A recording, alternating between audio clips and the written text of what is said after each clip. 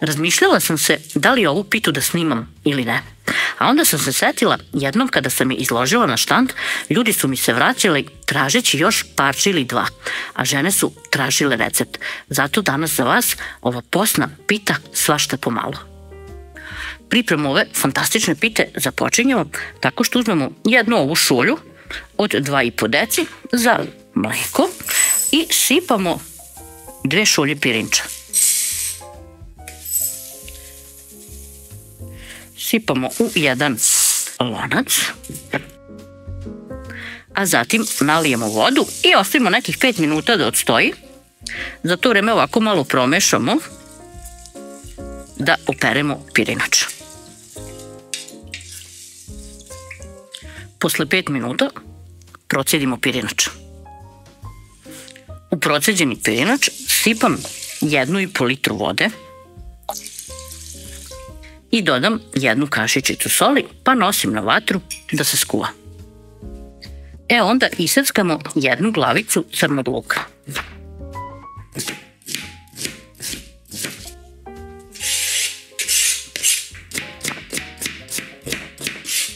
Luk stavimo u tiganj, dodamo 100 ml vode, 50 ml ulja i pola kašičice soli. Sad i to nosimo na vatru. Dok čekamo i luk da provri, ovako ćemo oguliti 1 veću ili 2 manje šargarepe. Po želji možete i staviti više ukoliko volite.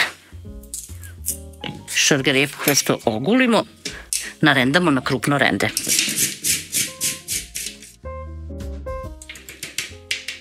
Uzmemo ovo isto rende, ne morate da ga perete, ali šampinjone trebate, operite ih, ali i ne držite u vodi. Rendamo šampinjone na listiće. Rendamo između 200 i 300 grama, opet ukoliko volite možete da stavite i više.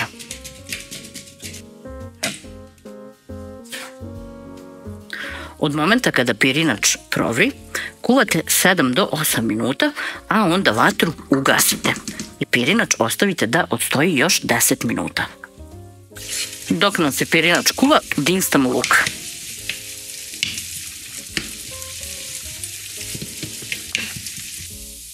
Kada je luk na pola izdinstan, dodajem šargarepu i šampinjone.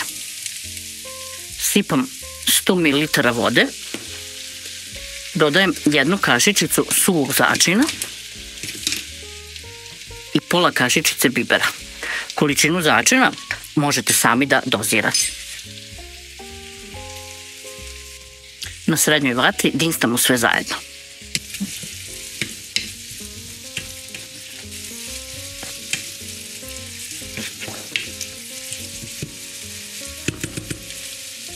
Pred kraj kuvanja dodam malo pešunovog lista, sve promešam i ugasim vatru.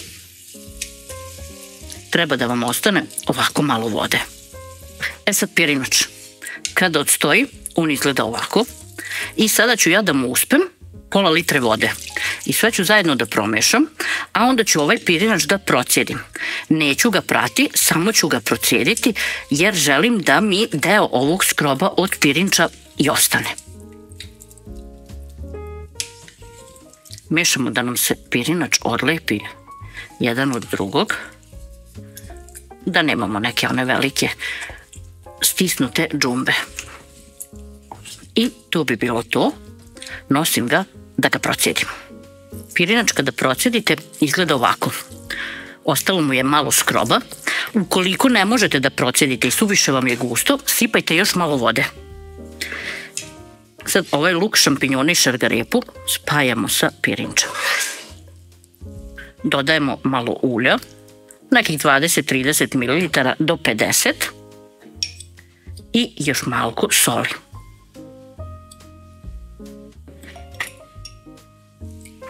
I sad sve to zajedno mešam.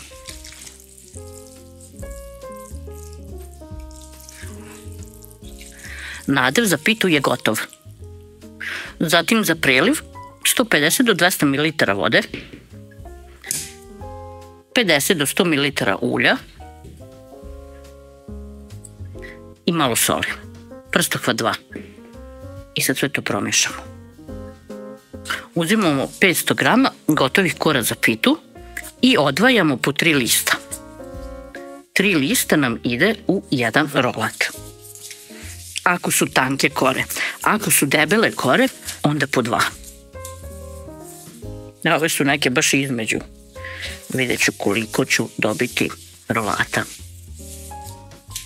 Biće 5. Imam 3 puta po 3 kore i 2 puta po 2. Uzmemo prvi list, pa ga sa malo ovog priliva premažemo.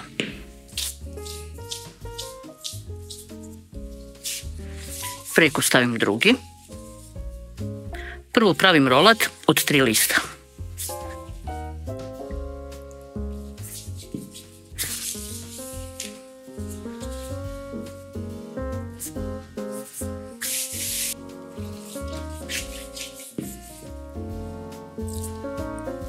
Nanosim 1/5 nadeva.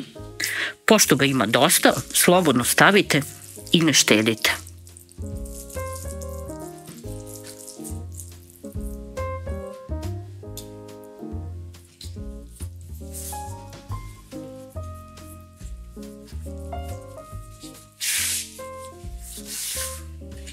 I prebacimo u pleh. Sada ću da pravim od 2 lista.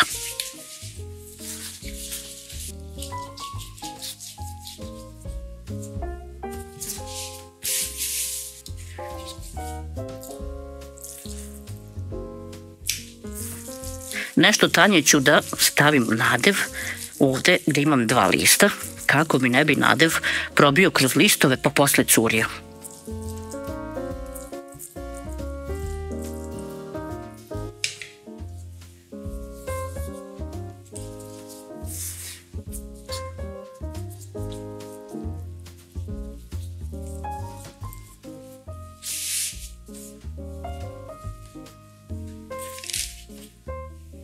Pa sad ću opet sa 3.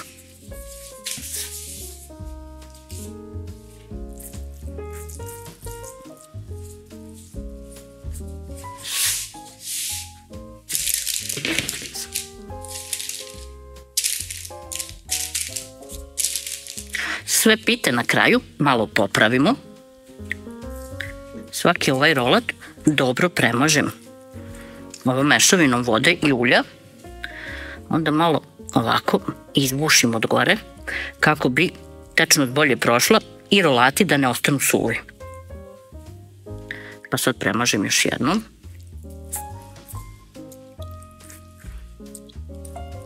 Sad pošto mi je većinom ostala voda, od gore ću malo kanuti ulja na svaki ovaj rolatić, veoma malo. Vidite koliko meni curi iz ove flaše. Ostavljam rolate da odstoju i da upiju ovu tečnost dok se redna zagreje. Rolate nosim u prethodno zagrejanu rednu na 200 stepeni da se peče. Pita se ispekla. Vreme pečenja je između 35 i 40 minuta.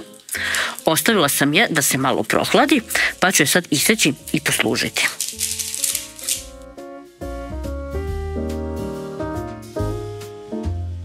Odmah ću da vam pokažem i kako izgleda. Pita je sočna, premekana i predivna. Puna fila. Pogledajte. Savršeno.